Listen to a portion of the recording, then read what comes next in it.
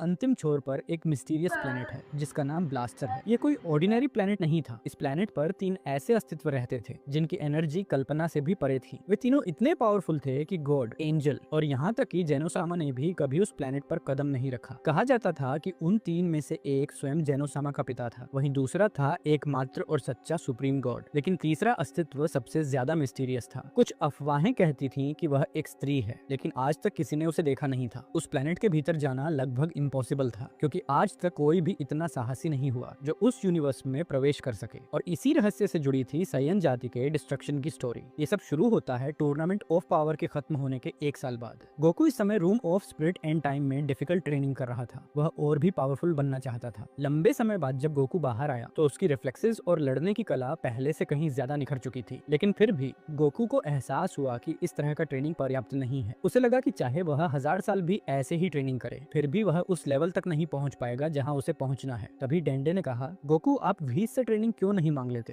ये सुनकर गोकू थोड़ी देर चुप रहा, फिर उसने डेंडे को सच बताया, व्हीस अब मुझे ट्रेनिंग नहीं देना चाहते। डेंडे हैरान रह गया। गोकू आगे बोला, असल में मैंने गॉड ऑफ डिस्ट्रक्शन का बनने का ऑफर ठुकरा दिया था, इसी वजह से व्हीस अब मुझे ट्रेन नहीं कर रहे। इस समय व्हीस वेजिटा को ट्रेन कर रहे हैं क्योंकि उसने गॉड ऑफ डिस्ट्रक्शन बनने का ऑफर स्वीकार कर लिया है। ये बात गोकू को भी अजीब लगी। मुझे अब भी हैरानी होती है, वेजिटा ने पहले इस पद को सख्ती से मना कर दिया था, फिर अब उसने कैसे स्वीकार कर लिया? हालांकि गोकू ने इस बात को ज्यादा महत्व नहीं दिया। वह अर्थ पर था और उसके पास करने के लिए कुछ खास नहीं था। तभी उसे एहसास हुआ कि लगातार ट्रेनिंग में लगे रहने की वजह से उसने अपने फैमिली और दोस्तों को नजरअंदाज कर दिया था। गोकू ने सोचा, मैंने सिर्फ ट्रेनिंग पर ध्यान दिया और अपने फैमिली से दूरी बना ली। इसी सोच के साथ गोकू ने सबसे पहले अपने बड़े बेटे गोहन से मिलने का फैसला किया। गोकू गोहन के घर पहुंचा, जहां उसे विदेल मिली। विदेल ने बताया, गोहन घर पर नहीं है, वह इस समय यूनिवर्सिटी गया हुआ है। इसके बाद विदेल ने गोकू को एक कागज दिया जिस पर गोहन की यूनिवर्सिटी का पता लिखा था। गोकू ने वह कागज लिया और तुरंत उड़ते हुए वहां पहुंच गया। यूनिवर्सिटी में जैसे ही गोहन ने गोकू को देखा, वह हैरान होकर बोला, पापा आप यहाँ? गोकू मुस्कुराया और कहा, हाँ गोहन, मैं ही हूँ। काफी समय हो गया, कैसा चल रहा है सब? इसके बाद गोकू और गोहन कई घंटों तक बातें करते रहे। कुछ देर बाद गोहन बोला, पापा आज आपको यहाँ देखकर मुझे थोड़ा अजीब लग रहा है। ये सुनकर गोकू इमोशनल हो गया और बोला, शायद मैं तुम्हारे लिए और गोटेन के लिए एक अच्छा पिता नहीं बन पाया। मैं हमेशा ट्रेनिंग में ही लगा रहा और तुम्हारे बारे में ज्यादा नहीं जान पाया। लेकिन गोहन ने तुरंत गोकू की बात बीच में रोक दी। ऐसा मत कहिए पापा, आप ही मेरी सबसे बड़ी प्रेरणा है। अगर आप न होते